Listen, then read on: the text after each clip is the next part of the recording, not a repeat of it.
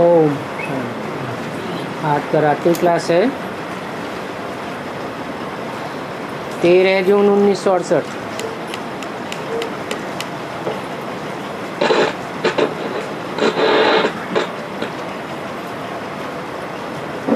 ऐसा शोभनीक संगठन कहाँ होगा?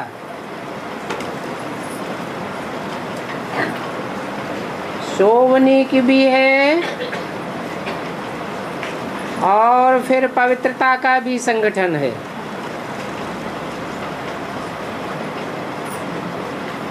ये पवित्रता का नई दुनिया के लिए ज्ञान है।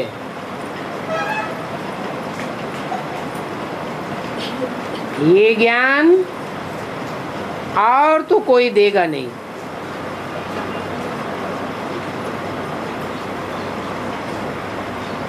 क्योंकि सभी कहते हैं कलयुग पुरानी दुनिया में अर्जुन 40,000 वर्ष पड़े।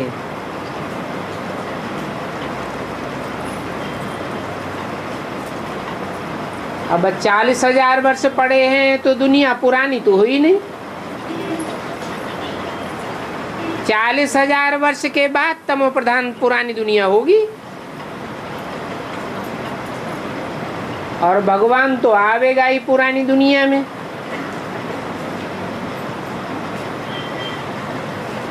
नहीं तो भगवान आकर के क्या करेगा? भगवान तो आते ही हैं पुराने को नया बनाने के लिए।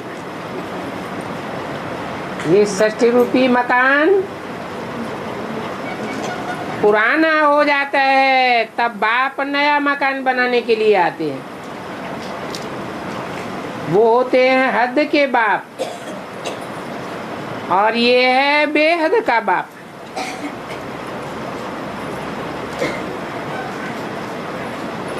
तो भगवान आकर के जरूर तमो प्रधान दुनिया को नई सतो प्रधान दुनिया बनावेंगे।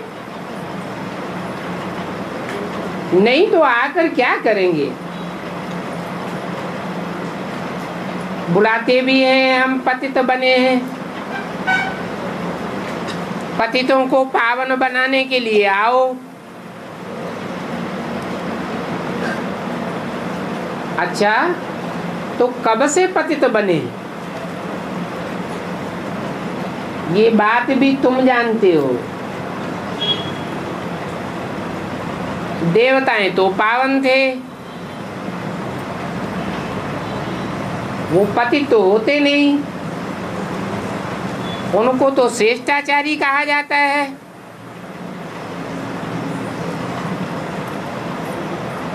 तो द्वापर युग से जब द्वैतवादी युग शुरू होता है तब पतित दुनिया शुरू होती है।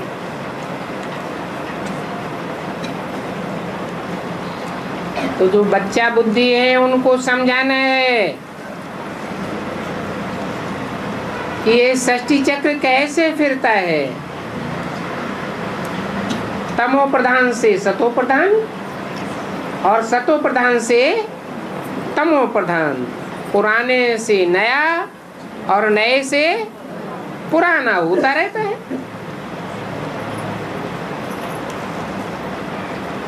और यह बात तो कोई रचयिता बाप के बगैर कोई जानता ही नहीं।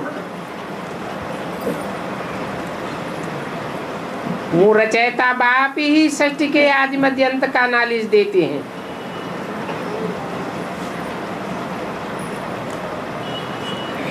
बताते हैं कि 84 का चक्र कैसे फिरता है।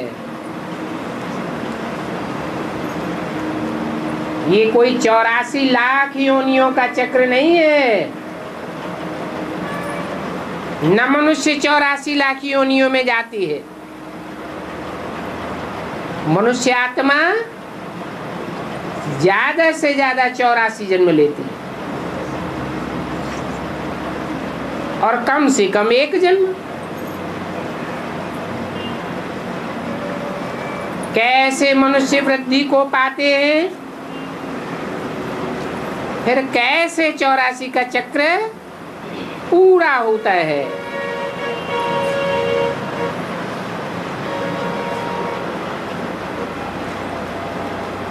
तो जरूर सृष्टि की आयु पहले कम होती है, जनसंख्या भी पहले कम होती है, फिर अंत में बहुत हो जाती है। सतयुग आदि में बहुत थोड़े होते हैं और कलयुग अंत में बहुत जास्ती हो जाते हैं।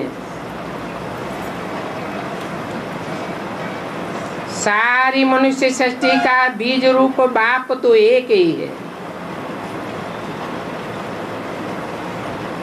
वो एक ही मनुष्य सृष्टि का बाप रचयिता गया हुआ है और ये सब उनकी रचना है। तो जानना चाहिए ना कि इतनी बड़ी मनुष्य सृष्टि में, इस मनुष्य सृष्टि रूपी झाड़ में वो पहला पहला बीज रचयिता बाप कौन है? जैसे कोई वृक्ष का बीज बोया जाता है, झाड़ विस्तार को पाता है, परिपक्व अवस्था में जब पहुंचता है तो पहला पहला फल निकलता है। उस फल के अंदर जरूर बीज भी होगा।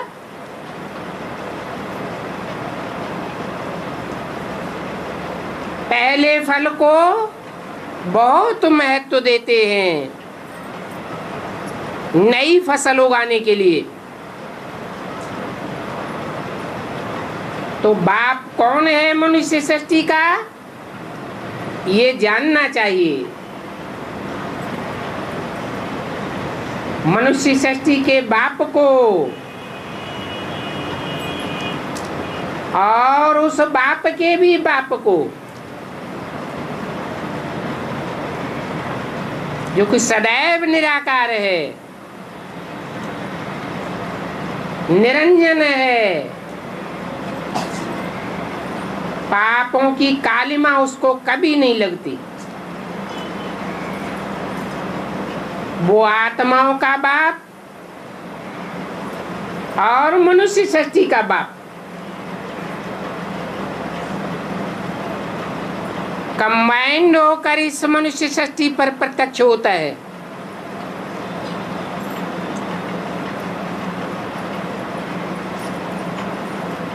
साकार बाप निराकार को प्रत्यक्ष करता है और निराकार बाप मनुष्य सृष्टि के साकार बाप को प्रत्यक्ष करता है।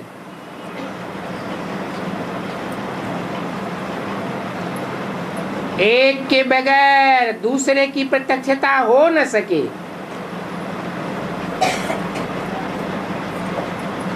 तो बाप कहते हैं इस सृष्टि चक्र को जानने से तुम चक्रवर्ती राजा बन जाएंगे।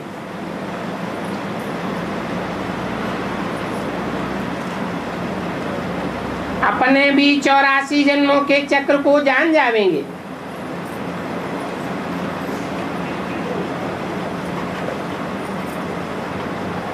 घर में भी मित्र संबंधी आदि होते हैं तो उनको भी समझा सकते हो।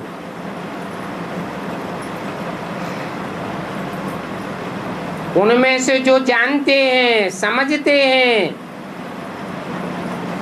कि इन बातों से तो बहुतों का कल्याण होगा, तो वो सर्विस भी करते हैं।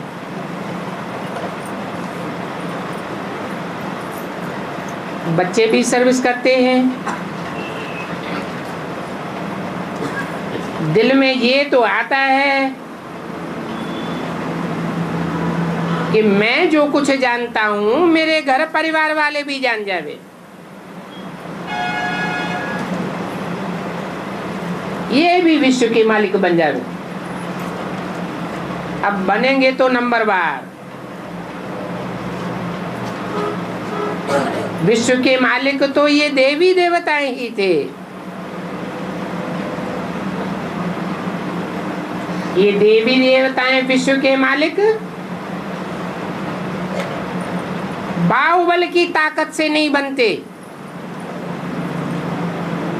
भगवान आकर के जो योग बल सिखाते हैं उस योग बल से ही विश्व के मालिक बनते हैं।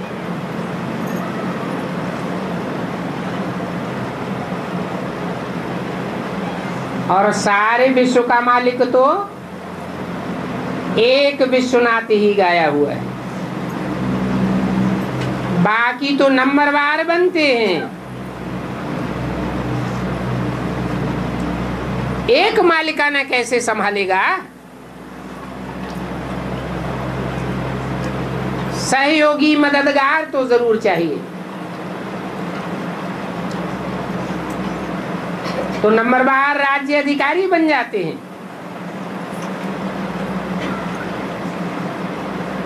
ये समझाने के लिए तुम्हारे बुद्ध रूपी पॉकेट में ये त्रिमूर्ति शिव का बैज तो पड़ा हुआ है कि वो निरंजन निराकार शिव कैसे तीन मूर्तियों के द्वारा तीन कर्तव्य करते हैं।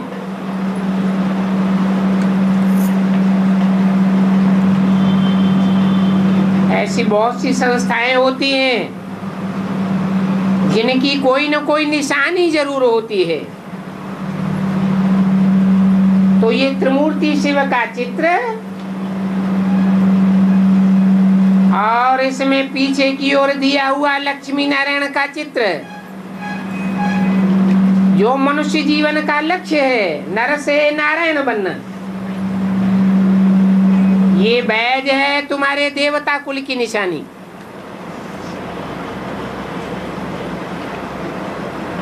ये बैज सदैव बुद्धि में रहना चाहिए।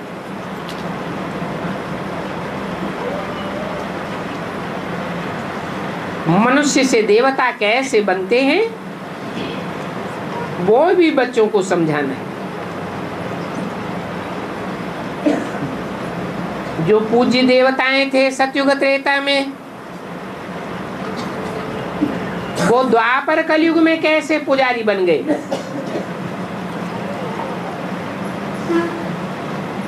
फिर पुजारी से पूज्य कैसे बने, ये कहानी तुम कोई को भी समझा सकते हो।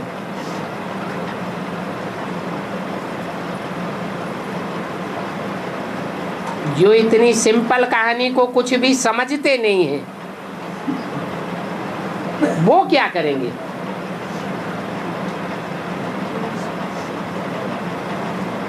वो कोई की सर्विस तो कर न सके, तो जो सर्विस नहीं कर सकते हैं वो फिर डिसर्विस ही करेंगे। किसी का कल्याण तो कर नहीं सकते तो जरूर अकल्याण ही करते रहेंगे। ऐसे फिर सदगुरु की निंदा के पात्र बन जाते हैं। गायन भी है, सदगुरु निंदक ठौर न पावे। सदगुरु आते हैं तो सच्ची दुनिया स्थापन करते हैं। उसका नाम ही है सच्चखंड सतयुग।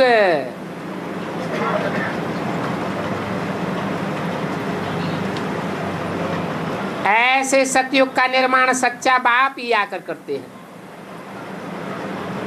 उनको कहते ही हैं सच्चा बादशाह, सत्य चित्तानंद।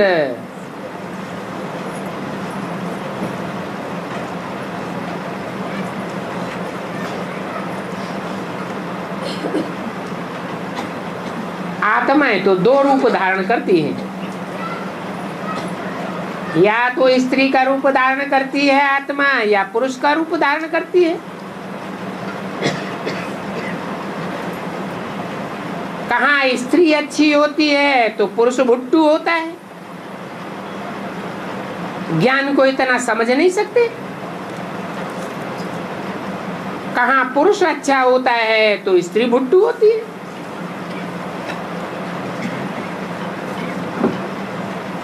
तुम अपना नाम बताओ, तो भी वंडर खावेंगे। ये वंडरफुल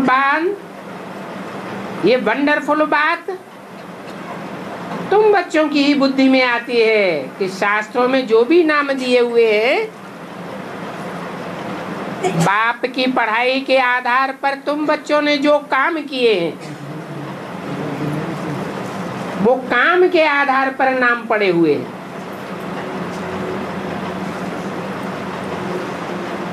अच्छे बच्चों को बाप ने ही ऐसे वंडरफुल नाम दिए।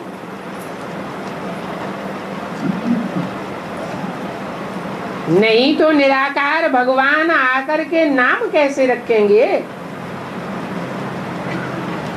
काम के आधार पर ही नाम रखे जाते हैं।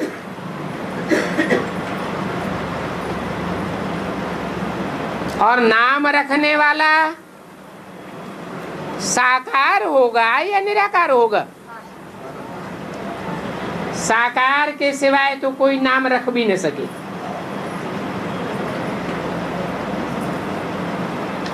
तो ये जो शास्त्रों में प्रसिद्ध नाम है, युधिष्ठिर, अर्जुन, दुर्योधन, दुशासन, ये नाम कैसे रखे? तुमसे पूछता हूं, शिव बाबा ने तुम्हारा नाम कैसे रखा?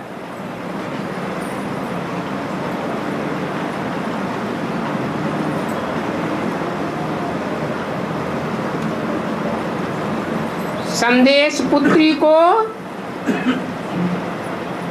नाम किसने दिया?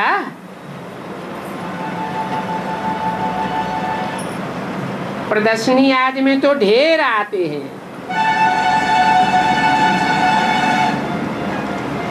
परंतु ढेर के ढेर आने वाले सब राजयोग सीख करके राजा तो नहीं बनेंगे। ये तो बच्चे समझते हैं। प्रदर्शनी में ढेर के ढेर आने वाले इतना ऊंच पद नहीं पा सकते। कितना ऊंच पद?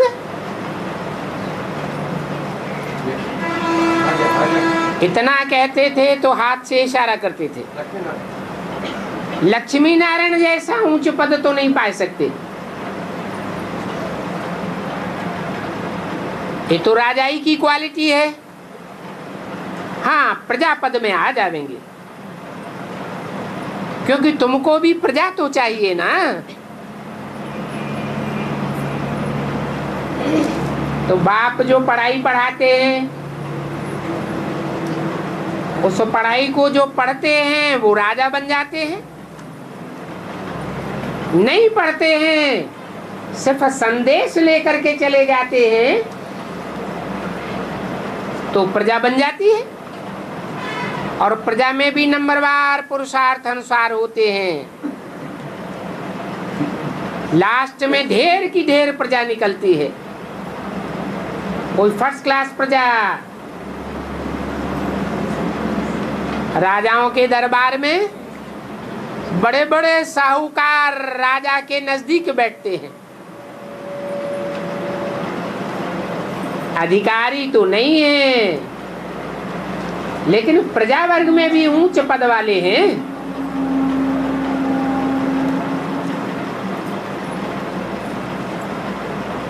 तो प्रजा तो तुम बच्चों को बहुत चाहिए। प्रजा में भी पाई पैसे की प्रजा बनने वाले भी चाहिए।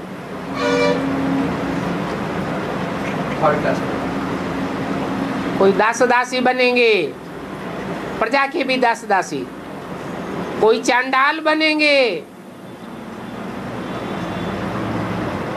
ये है पाई पैसे की प्रजा।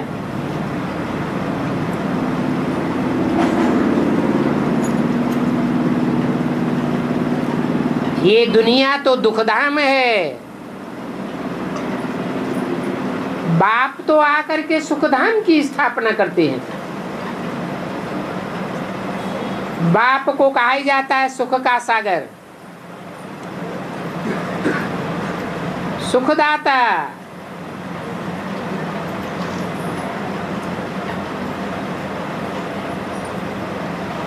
वहां सुखधाम में बहुत थोड़े मनुष्य होते हैं पहले पहले, और एक ही राज्य होगा, एक ही राजा होगा, एक ही कुल होगा, एक ही भाषा होगी।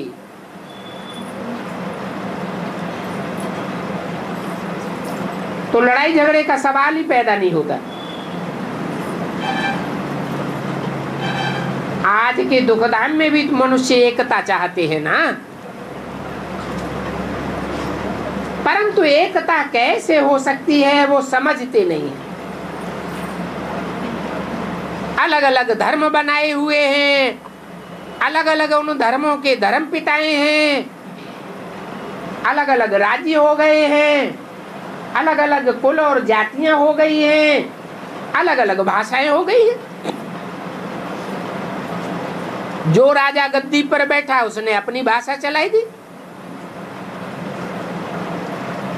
तो एकता कहां से आवेगी? एकता तो तब ही आवेगी जब सारी मनुष्य सृष्टि का एक ही बाप पहचान में आवे।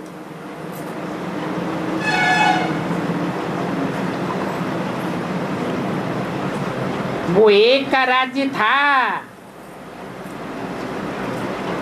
तो वननेस थी, शांति थी। कहते भी रहते हिंदू मुस्लिम सिख ईसाई सब आपस में भाई भाई, सिर्फ कहने मात्र। जब बाप ही एक नहीं है तो भाई भाई कहां से बन जाएंगे? ये बात का किसी को पता ही नहीं है। अभी तुम ये बात समझाते हो कि सारी मनुष्य सृष्टि का एक ही बाप है और वो सब धर्मों में गाया हुआ है। क्रिश्चियन लोग सृष्टि के उस आदि पुरुष को एडम कहते हैं,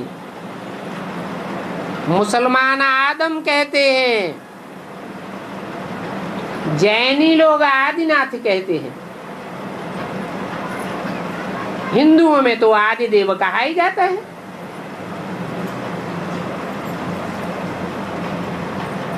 इस बात को जिन्होंने कल पहले से गहराई से जाना होगा वो ही जानेंगे, नहीं तो जैसे अभी तक कल्पना मात्र कहते रहते हैं कि सृष्टि का एक बाप था, आदम, एडम, आदिदेव, आदिनाथ। नामों में इतनी साम्यता भी दे दी है, परंतु पत्थर बुद्धि फिर भी नहीं समझते। कल पहले नहीं जाना होगा तो अभी भी नहीं जानेंगे। ये न जानने वाले, न समझने वाले, विनाश होगा तो सब खलास हो जाएंगे। अज्ञानियों का विनाश होगा और ज्ञानी तू आत्मा जो मुझे विशेष प्रिय है वो ही बच्चे इस सृष्टि पर रह जाएंगे। जो सारी सृष्टि के आदि मध्य अंत को जानने वाले होंगे। बल पहले जन्म की प्रजावर की आत्माएं होंगी, उनमें भी ये खसूसियत होगी कि वो एक बाप को जानेंगी, सृष्टि के आदि मध्य अंत को भी पहचानेंगी, जानेंगी। अभी तुम तो जानते हो कि हम इस मृत्यु लोक से अमर लोक में ट्रांसफर होते हैं।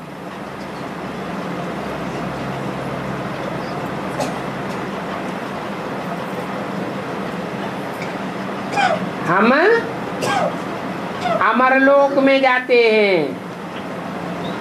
क्या वहां मरते नहीं हैं? मरना माने शरीर छोड़ना, शरीर तो साथ छोड़ते हैं, लेकिन इच्छा मृत्यु होती है। अपनी स्वेच्छा से शरीर छोड़ते हैं, सुखपूर्वक मृत्यु होती है। उसको काल के गाल में जाना नहीं कहेंगे, क्योंकि मृत्यु अपनी मुट्ठी में रहती है। उनको अमर कहा जाता है, क्योंकि अगले जन्म में भी आत्मिक स्मृति रहती है। आत्मा कभी मरती नहीं है, तुम सिर्फ ट्रांसफर होते हो।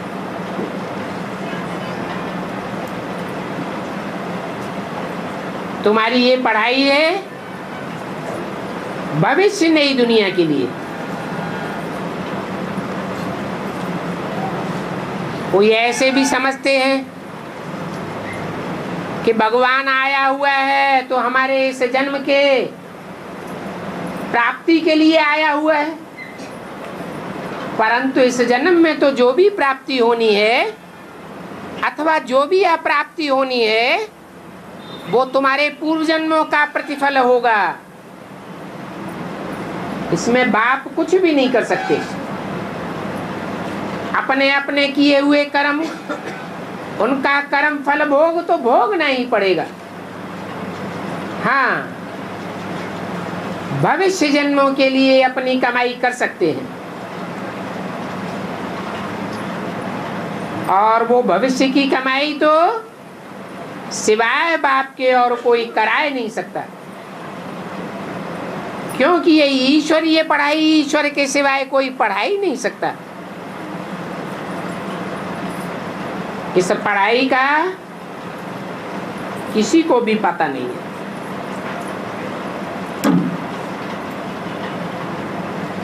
ये संगम युग पुरुषोत्तम युग है। पुरुष माने आत्मा, शरीर रूपी पुरी में आराम करने वाली।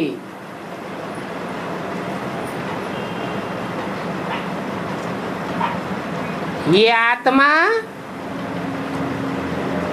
जो पुरुष रूप में पुरुषार्थ करती है,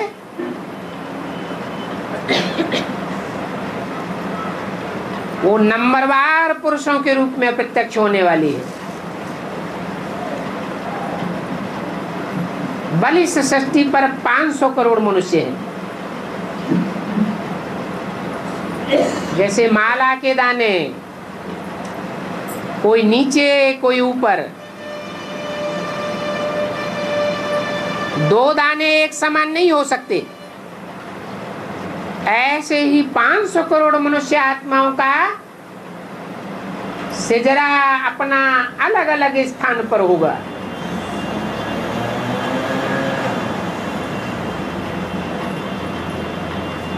तुम ब्रह्मा कुमार कुमारियों की जहां सेंटर से हैं,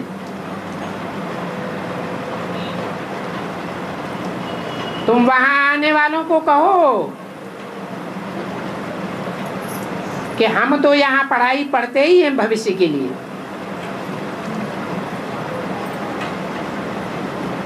हम पढ़ने वाली आत्माएं हैं। आत्मा का कनेक्शन अनेक जन्मों से है। हम पढ़ने वाली कोई देह नहीं है। और जो स्कूल पाठशालाएं होती हैं, जो भी कॉलेज आदि होते हैं, इंजीनियरिंग पढ़ते हो, डॉक्टरी पढ़ते हो या वकालत पढ़ते हो, सब इस देह की प्राप्ति के लिए पढ़ते हैं, एक जन्म के लिए। और भगवान बाप आकर देहधारियों को नहीं पढ़ाते हैं। इसको पढ़ाते हैं जो अपन को ज्योति बिंदु आत्मा समझते हैं।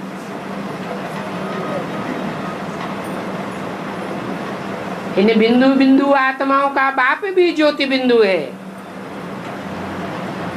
वो ज्योति बिंदु बाप हमारा बाप भी है, पढ़ाने वाला टीचर भी है, और सदगति करने वाला सदगुरु भी है।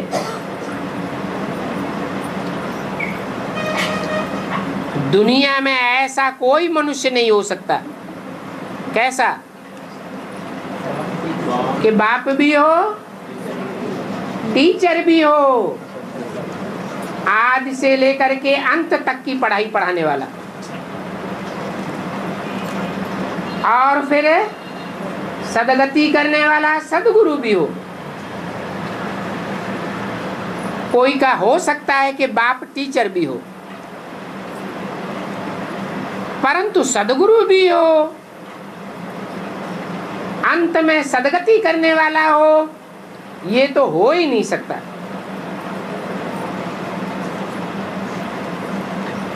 ये हमारा बाबा कैसे हमारा बाबा है, कैसे गुरु है और कैसे टीचर है, ये बात भी बतानी होती है। बाबा कहा ही जाता है साकार निराकार के मेल को। वो निराकार बिंदु बिंदु आत्माओं का बाप भी है, और साकार मनुष्य सृष्टि में जो भी 500-700 करोड़ मनुष्य हैं, उन सब मनुष्यों का जन्मदाता पिता भी है।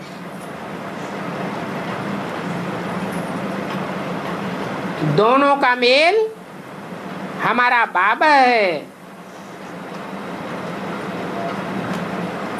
वो हमारी मन बुद्धि की सदगति करता है। कौन?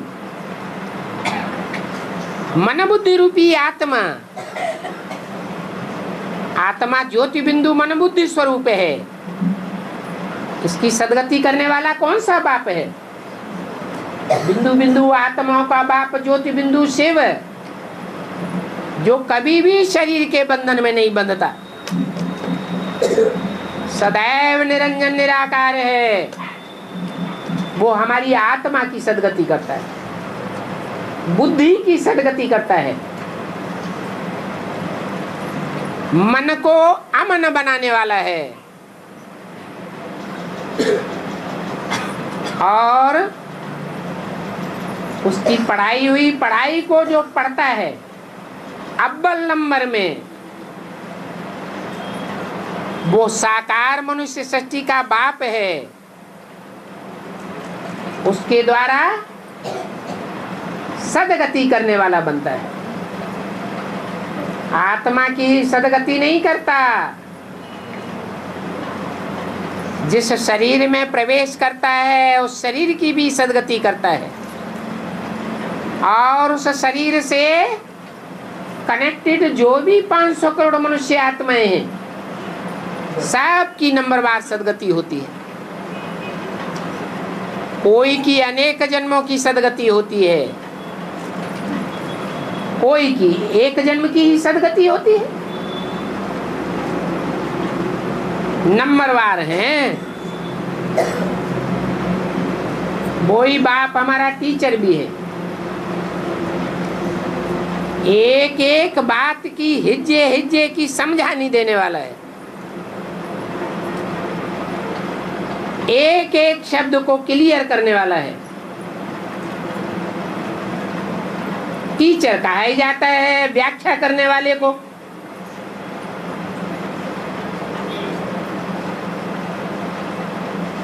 वो बाप हमारा भगवान है,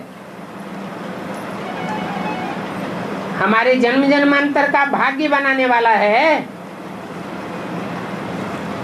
इसलिए भगवान कहा जाता है। भगवानवाच, मैं ही तुमको राजयोग सिखाता हूं।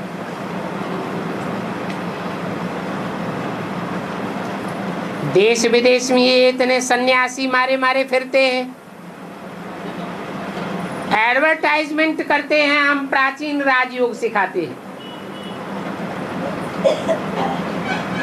परंतु प्राचीन राजयोग से तो नई दुनिया बनी थी।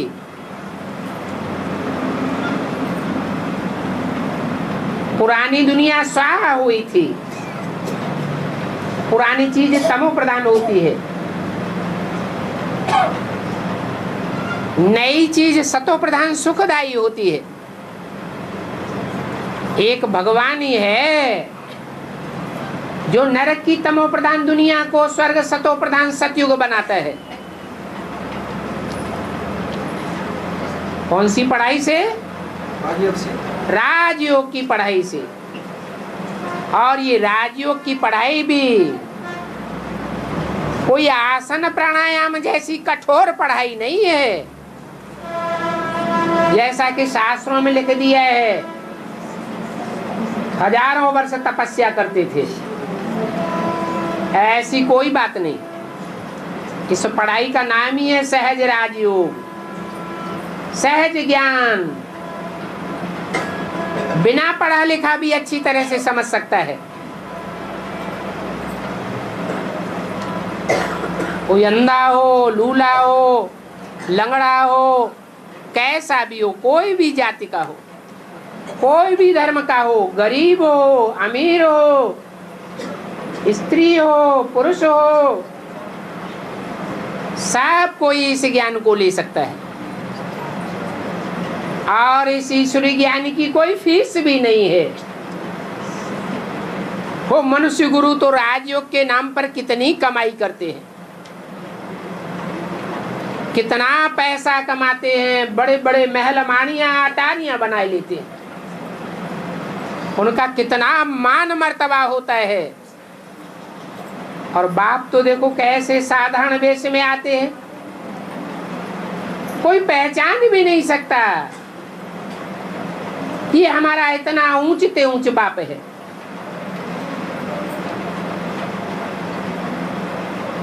इन बातों को बहुत अच्छी रीति युक्तियां निकाल करके समझाना होता है।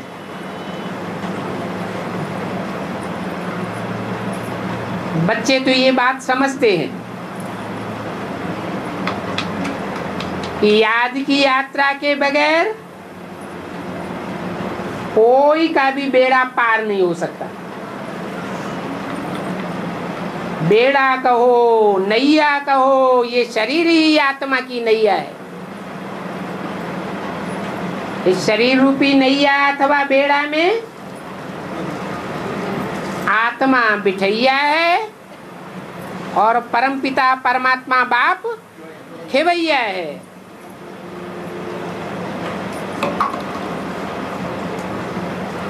जो इस जहाज में बैठते हैं, जो भी आत्मा रूपी नवैया इस बड़े जहाज का आसरा लेती हैं, वो सब पार जावेंगी। काहे के पार जावेंगी? ये दुनिया विषय वैतरणी नदी कहो, विषयों का, विषय विकारों का सागर कहो, इस विषय विकारों के सागर से पार चले जावेंगे, निर्विष दुनिया में चले जावेंगे, जहां विष्णु का राज्य होगा। विष्णु का अर्थ ही है नो विषय टाल। विषय विकार का नाम मात्र नहीं होता।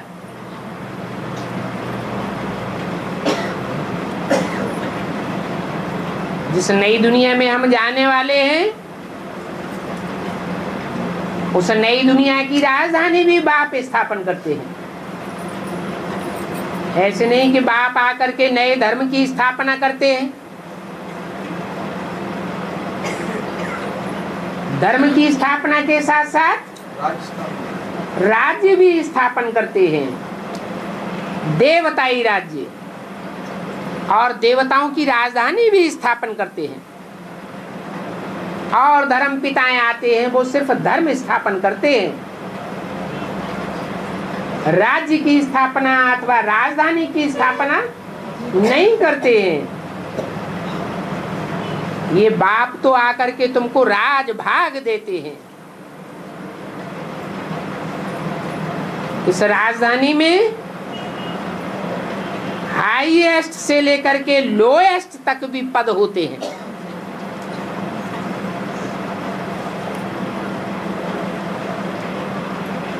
हाईएस्ट से हाईएस्ट पद कौन सा है?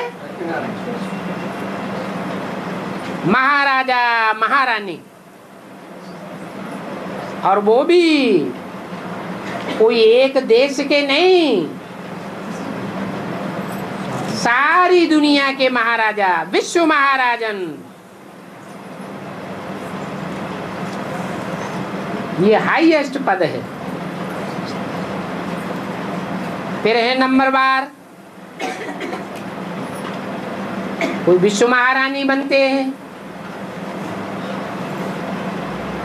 कोई नंबरवार राजाएं बनते हैं, कोई महाराजा और राजाओं के राज्याधिकारी बनते हैं,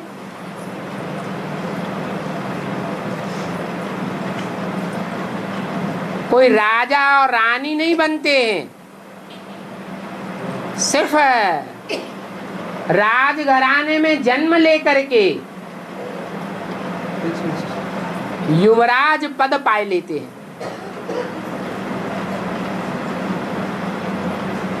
प्रिंस बन जाते हैं, प्रिंसेस राजकुमारी बन जाते हैं, परंतु राजा नहीं बन पाते। उनका भी मर्तबा तो होता है ना। फिर हैं प्रजा वर्ग में, प्रजा तो बहुत ढेर की ढेर होती है। एक एक राजा की लाखों की तादाद में प्रजा होती है। कैसे बनती है? भगवान बाप आते हैं, भगवान बाप का परिचय जो बच्चे संदेश के रूप में औरों को सुनाते हैं, वो सब प्रजा बनती जाती है। उनमें से जो पुरुषार्थ करते हैं वो राजाई पद पा लेते हैं। अभी बच्चे समझते हैं हम ट्रांसफर होंगे तो ऊंच तो जरूर बनेंगे। लौकिक दुनिया में भी पढ़ाई पढ़ते हैं तो बेसिक स्कूल छोड़ करके ट्रांसफर होते हैं ना हायर क्लासेस में। स्थान बदल जाता है, टीचर बदल जाता है, तुम भी यहाँ ट्रांसफर होते हो।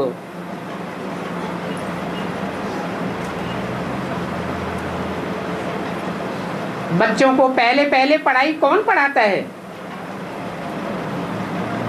लौकिक दुनिया में पढ़ाई पढ़ाने वाला पहले पहले कौन होता है? माँ होती है। ये भी बेहद की ईश्वरीय पढ़ाई है।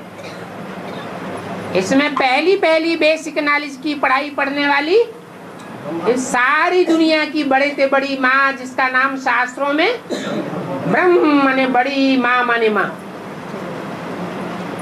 ब्रह्मा नाम गाया हुआ है। उनसे पढ़ाई पढ़ने वालों और धारण करने वालों को ब्रह्मा कुमार कुमारी कहा जाता है। वो सिर्फ अम्मा की पढ़ाई पढ़ते हैं, उनको बाप पढ़ाई नहीं पढ़ाता है। फिर उनमें से ट्रांसफर होता है ऊंच पढ़ाई पढ़ने के लिए। वो ऊंच पढ़ाई पढ़ने वालों के जीवन में प्रैक्टिकल बात क्या आती है?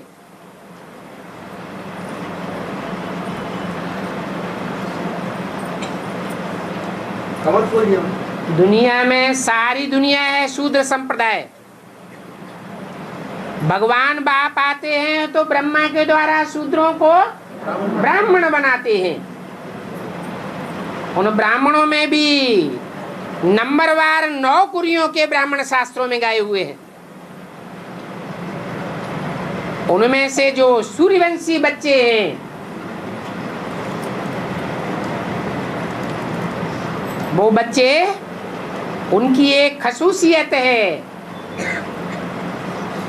कि वो अपन को आत्मा समझने लग पड़ते हैं। प्रैक्टिकल में उनकी अपन को ज्योति बिंदु आत्मा मस्तक में चमक रही है। ये बात पक्की होने लगती है नंबरवार पुरुषार्थ अनुसार।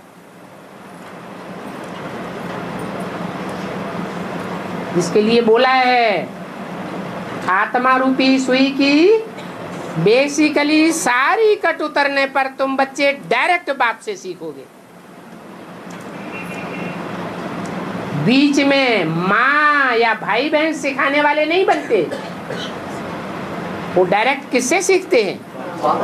एक बाप से सुनते हैं, एक बाप की पढ़ाई पढ़ते हैं, दूसरों की बातें कान पर नहीं धरते, क्योंकि जानते हैं एक से सुनेंगे तो अब भी विचारी ज्ञान होगा, अनेकों से सुनेंगे तो भी विचारी ज्ञान हो जाएगा।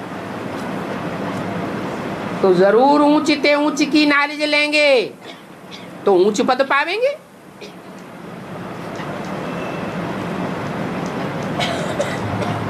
नॉलेज के ऊपर सारा मदार है। तो तुम बच्चे पढ़ाई में भी ट्रांसफर होते हो, फिर जब राजधानी स्थापन होती है तो राजधानी में भी तुम नंबरवार ट्रांसफर होते हो। कोई राजा महाराजा बनेंगे, कोई रानी महारानी बनेंगे,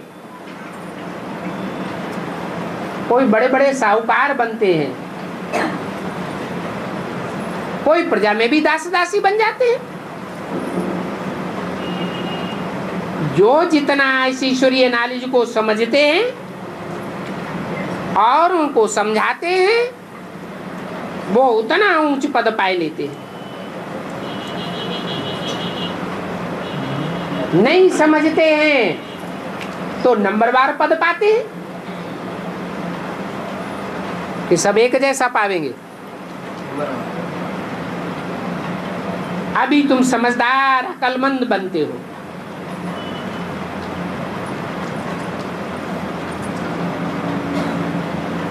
रावण के थप्पड़ से बिल्कुल नीच बन गए थे। 63 जन्म तुमको रावण ने थप्पड़ आया है।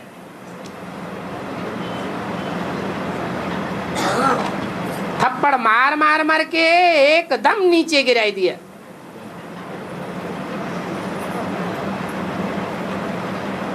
एकदम तमो प्रधान पाताली दुनिया में चले गए। भरतनाट्य पैनी बन गए। एक कौड़ी की भी कीमत नहीं रही। आज की दुनिया में जानवरों की ज्यादा कीमत है या मनुष्य की ज्यादा कीमत है?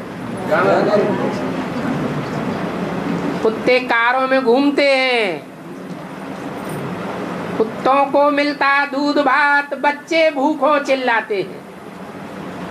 भगवान के बच्चों को रोटी भी नसीब नहीं हो रही है भरपेट।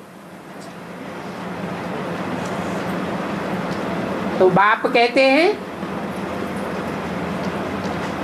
मैं तुमको भरतनाट्य पैनी से बर्थ पाउंड बनाता हूं।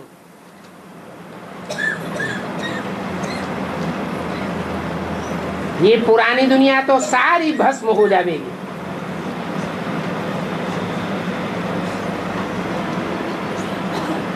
आज से 70 साल पहले न भगवान बाप आया था,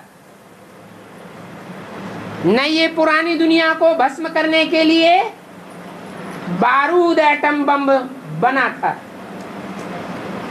70 साल के अंदर ही नई दुनिया बनाने के लिए बाप भी आ गया और साथ साथ पुरानी दुनिया भस्म करने का बारूद भी तैयार होने लगा।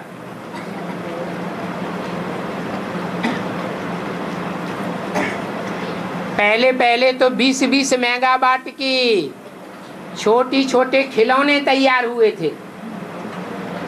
उनका भी विस्फोट हुआ हिरोशिमा नागासाकी में, जापान में, तो पूरे शहर के शहर नष्ट हो गए थे।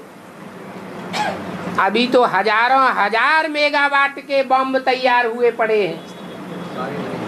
कहते हैं हम ऐसी अनेकों दुनिया खलास कर सकते हैं।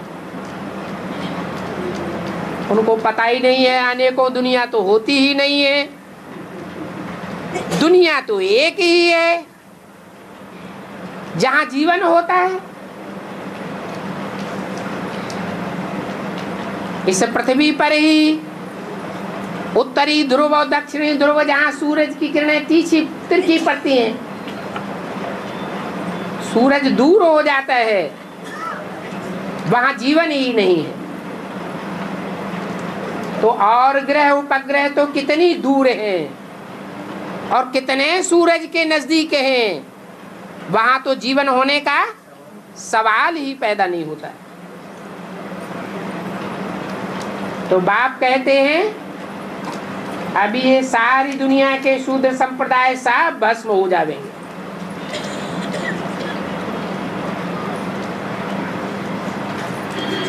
और ये जो कन्वर्टेड होने वाले ब्राह्मण हैं नीची कुरियों के, ये भी भस्म हो जाएंगे। क्यों? क्योंकि ये एक की पढ़ाई पढ़ने वाले नहीं हैं, ये अनेकों से पढ़ाई पढ़ने के आदी हैं 63 जन्मों के।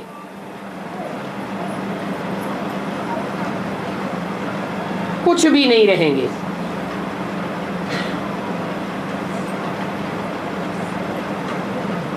परंतु वह समझते थोड़े ही हैं कि इस दुनिया का ये हाल होने वाला है। तुम तो जानते हो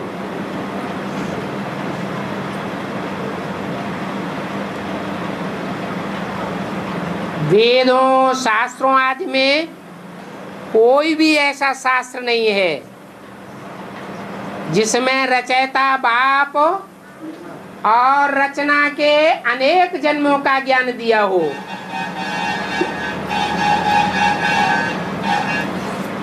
कोई भी रचना के आदि मध्य अंत को नहीं जानते हैं। अभी बाप ही आकर के तुम बच्चों को बताते हैं।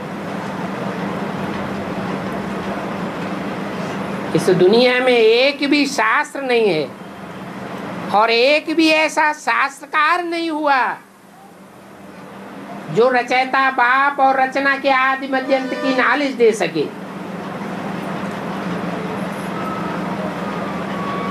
इसलिए बाप कहते हैं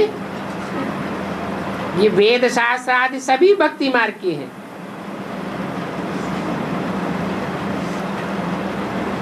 भक्ति मार्ग से तुमने दुर्गति को पाया हुआ है।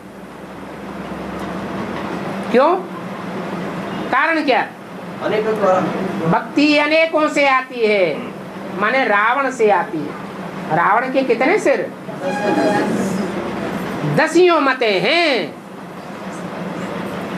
एक मत से सदगति और अनेक मनुष्य गुरुओं की मत से दुर्गति होती है। 2500 साल की हिस्ट्री हमारे सामने मौजूद है। 2500 साल में मनुष्य शक्ति की दुर्गति होती आई है। मेंटलिटी नीचे गिरती जा रही है या ऊंची उठ रही है? नीचे गिर रही है। मनुष्य को मनुष्य की कदर ही नहीं। अभी बाप कहते हैं अपन को आत्मा समझो और फिर मुझे याद करो।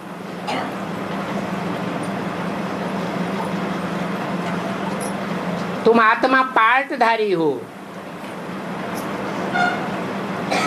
जन्म जन्मांतर तुमने नए नए चोले लेकर के पार्ट बजाए हैं सत्य रूपी रंगमंच पर।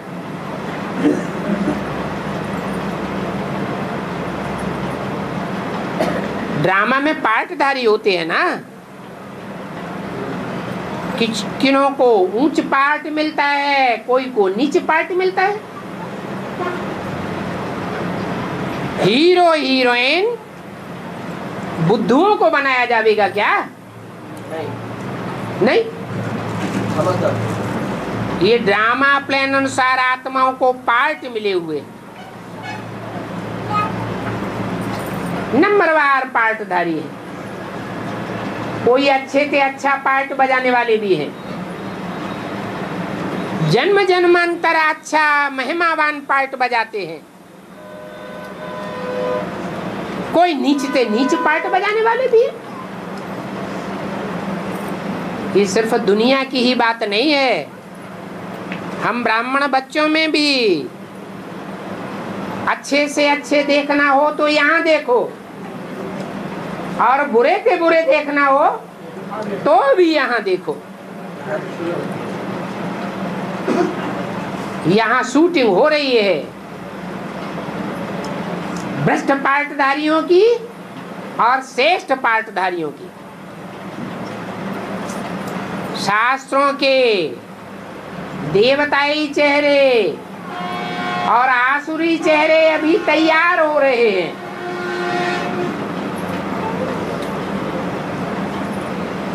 जब रिजल्ट निकलेगा तो कोई असुर साबित हो जाएंगे और कोई देवता साबित हो जाएंगे।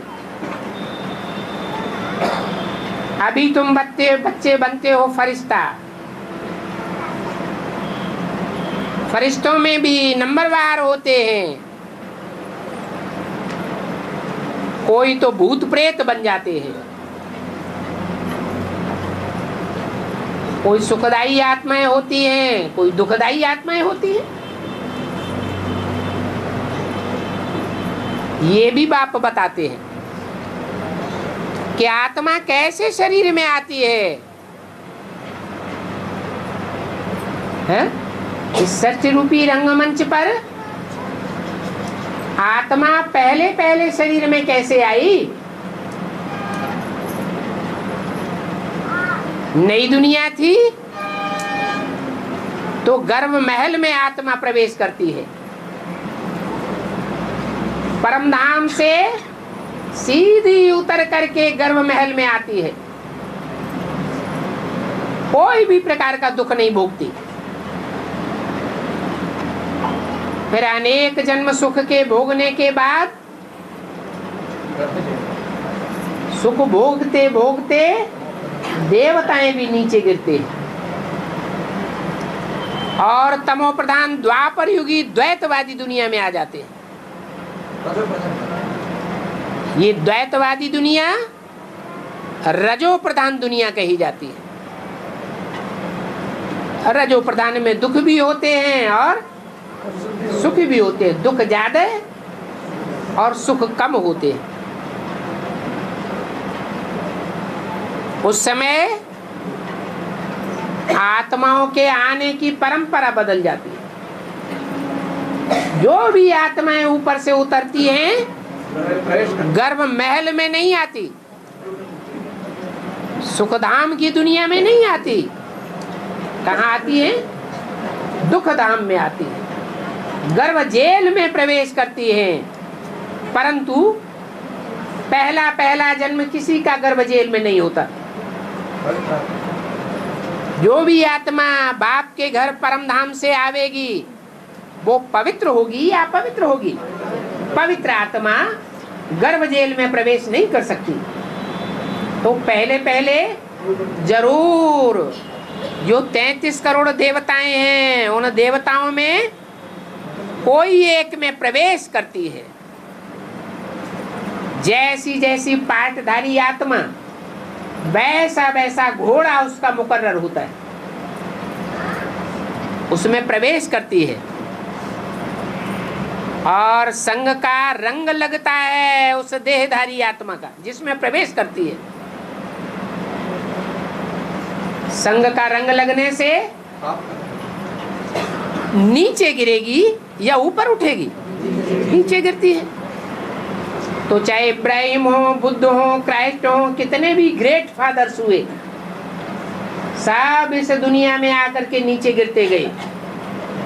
कितने भी बड़े बड़े विद्वान पंडित आचार्य क्यों न हुए हो, सबका पतन होता रहा। अभी इस दुनिया में सब पतित बन गए।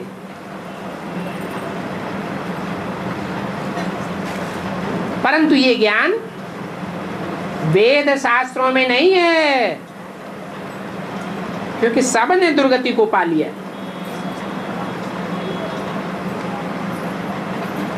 तो बाप कहते हैं तुम पाटधारी हो।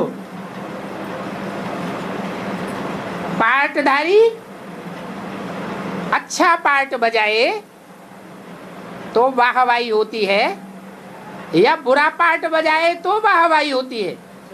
वाहवाही होती है या हाहाकार होता है?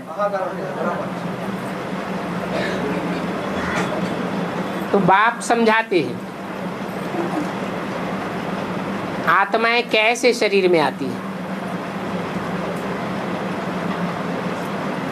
श्रेष्ठ शरीरधारियों में आवेंगी, देवता में आवेंगी तो वाहवाही का पार्ट बजाने वाली आत्माएं नंबरवार वाहवाही का पार्ट बजाती है। और भ्रष्ट शरीरों में आवेंगी, जो चोले पैदा ही होते हैं भ्रष्ट इंद्रियों से, उन चोलों में आती हैं तो आसुरी पार्ट बजाती है।